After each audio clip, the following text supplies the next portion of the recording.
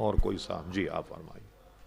حرمین شریفین میں انفرادی نماز پڑھتے ہیں ہم لوگ، یا جمعہ وغیرہ میں تو کھڑا ہونا پڑتا ہے ان کے ساتھ، لیکن اس کے بعد ہم اعادہ کرتے ہیں، تو کیا ہمیں اس کا جماعت کا ثواب ملتا ہے انفرادی نماز بھی اگر پڑھی جائے حرمین شریفین میں؟ جی دوسرا اس کے ساتھ یہ بھی ہے کہ یہ روایت ہے کہ حضور مسجد نبوی شریف میں 40 نمازیں اگر جماعت کے ساتھ مسلسل پڑھی جائیں تو اس کی بڑی فضیلت ہے، اس کے بارے میں؟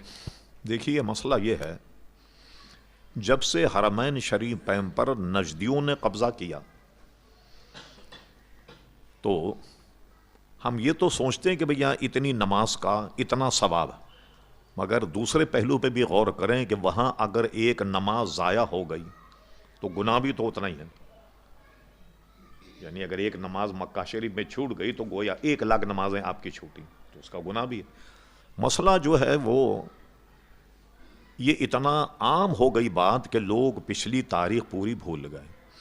جس وقت یہ 1900 تقریباً شاید 25 اور 26 کے دوران اور 30 تک 1930 تک پورا قبضہ نجدیوں نے کر لیا تھا حرمین شریفین۔ اس زمانے کے اگر آپ حالات پڑھنا چاہیں تو ایک کتاب ہے تاریخ نجد و حجاز، وہ بالکل ابھی بھی ملتی ہے، حضرت علامہ مولانا مفتی عبد القیوم ہزاروی صاحب رحمۃ اللہ علیہ نے ان تمام معاملات کو جمع کیا جو زمانے میں تھے۔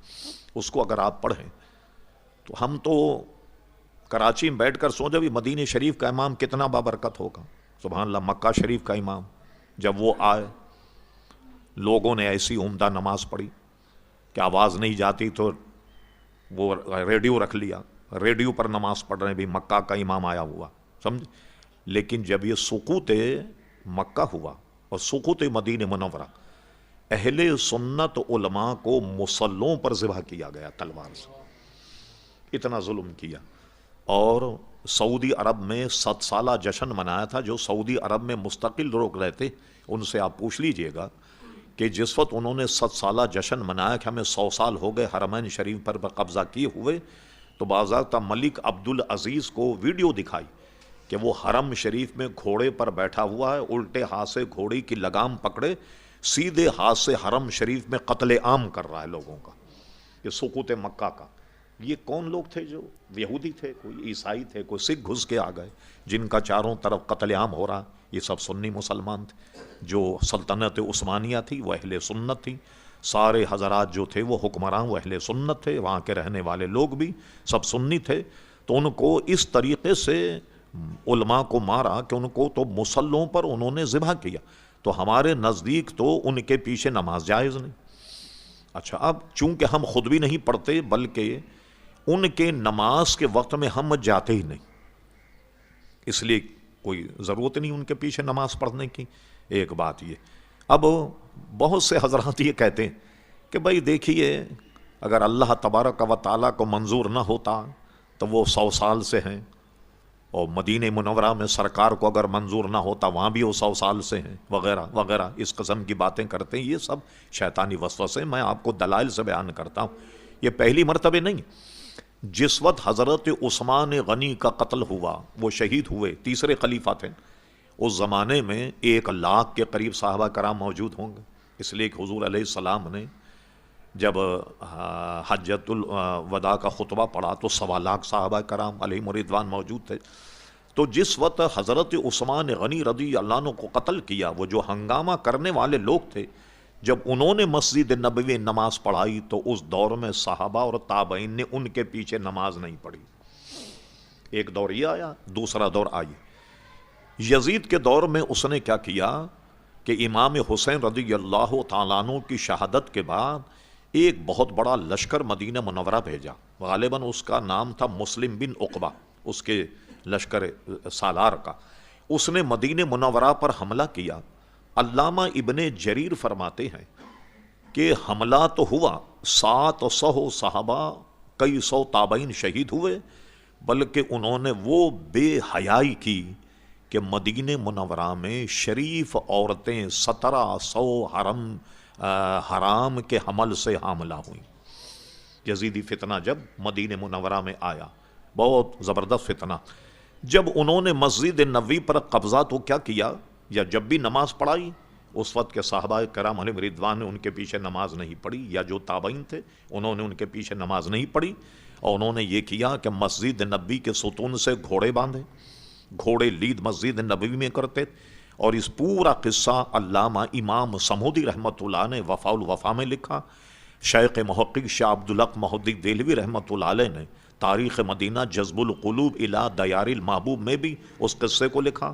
اور اس کا راوی کوئی عام آدمی نہیں، حضرت سعید ابن مسیب ہے. مسیب یہ صحابی رسول تھے اور حضرت سعید یہ تابعی. ایک شخص کو کوئی دیکھ لے ایک صحابی کو تو تابعی ہو گیا، لیکن سعید ابن مسیب نے ہزاروں صحابہ کرام علیہم رضوان کی زیارت کی. تو علامہ شیخ محقق نے لکھا، امام سمودی نے لکھا، اور بھی تاریخوں میں موجود ہے، جب انہوں نے مسجد نبی کے ستونوں سے گھوڑے باندھے تو اذان نہیں ہوتی تھی، جماعت بھی نہیں ہوتی تھی. اب مجھے کیسے پتہ لگے، یہ بات بھی فائدے سے خالی نہیں سننا. مجھے معلوم کیسے ہو کہ نماز کا وقت ہو گیا؟ یہ گھڑیاں نہیں تھی، ٹائم ٹیبل نہیں تھا. فرماتے جب بھی 3 دن یہ ہنگامہ جاری رہا، اور اس کے راوی حضرت سعید رضی اللہ عنہ، تو میں نے دیکھا کہ جس وقت بھی نماز کا وقت ہوا حضور کے مزار انور سے بھینی بھینی سی اذان کی آواز آتی. میں تیاری کر کے نماز کی تیاری کرتا، اور اسی طرح حضور کے مزار پر انوار سے اقامت کی آواز بھی آتی. اور میں نے اپنے آپ کو پاگل بنا لیا، مجنون بنا لیا، اور وہاں بیٹھا رہا ان کی کارستانی دیکھتے. جب بھی میری طرف دیکھتے کوئی ایسی حرکت کرتا ہے کہتے ہادہ مجنون، چھوڑو یہ تو پاگل آدمی اس طرح. لیکن سارے ان کے راوی ہیں. اس وقت بھی صحابہ تابعین نے یزیدیوں کے پیچھے نماز نہیں پڑھی. کیا ان کو یہ معلوم نہیں تھا؟ یہ جو گھوڑے بندھے، یہ اگر اس زمانے میں کوئی آج کل کا آدمی کہتا ہے بھئی حضور راضی ہیں جبھی تو گھوڑے بندھے ہیں نا مسجد نبوی میں، گھوڑے جو لید کر رہے ہیں یہ تو حضور تو راضی ہیں نا. اب رہا یہ کہ 70 سال یا 100 سال سے ان کا قبضہ ہے، چلیے ہم بین الاقوامی کورٹ میں مسئلہ لے جائیں. کہا جاتا ہے کہ بیلجیم میں یہ انٹرنیشنل کورٹ ہے، وہاں کا ہی میں نے دورہ کیا 2-3 مرتبہ. اس کورٹ میں ہم لے جائیں مسئلہ کہ صاحب یہ جو سلطنت عثمانیہ ہے یہ اتنے سال سے تھی، یہ کہیں کہ صاحب ہم جو ہیں وہ 100 سال سے تھے. بتوں کا وکیل آ جائے وہ کہے ہم تو 360 سال سے تھے یہاں. تو اگر قبضے کی بنیاد پر فیصلہ دیا جائے تو جج کو تو فیصلہ بتوں کے حق میں لکھنا چاہیے، ان کا زیادہ قبضہ رہا ہے لہٰذا بیت اللہ شریف ان کا. تو کیا اس بنیاد پہ گویا فیصلہ ہوگا؟ ہرگز نہیں. تو ہمارے نزدیک وہ ظالم لوگ ہیں جنہوں نے ظلم کیا، ہزاروں لوگوں کو جناب قتل اور شہید کیا، اور اس کے بعد قبضہ ہوا. اور یہ بھی بتا دوں میں آپ کو تاریخی بات کہ حرمین شریف پر قبضہ کرنے کے بعد جب حرمین شریف میں ہنگامہ ہوا اس وقت ان سے یہ کہا گیا کہ ہم حرمین شریفین کی حکومت جو ہے وہ حجاز کے حوالے کر دیں، دوسرے علاقوں کو ہم دیکھیں گے، حجازی اس کو چلائیں گے.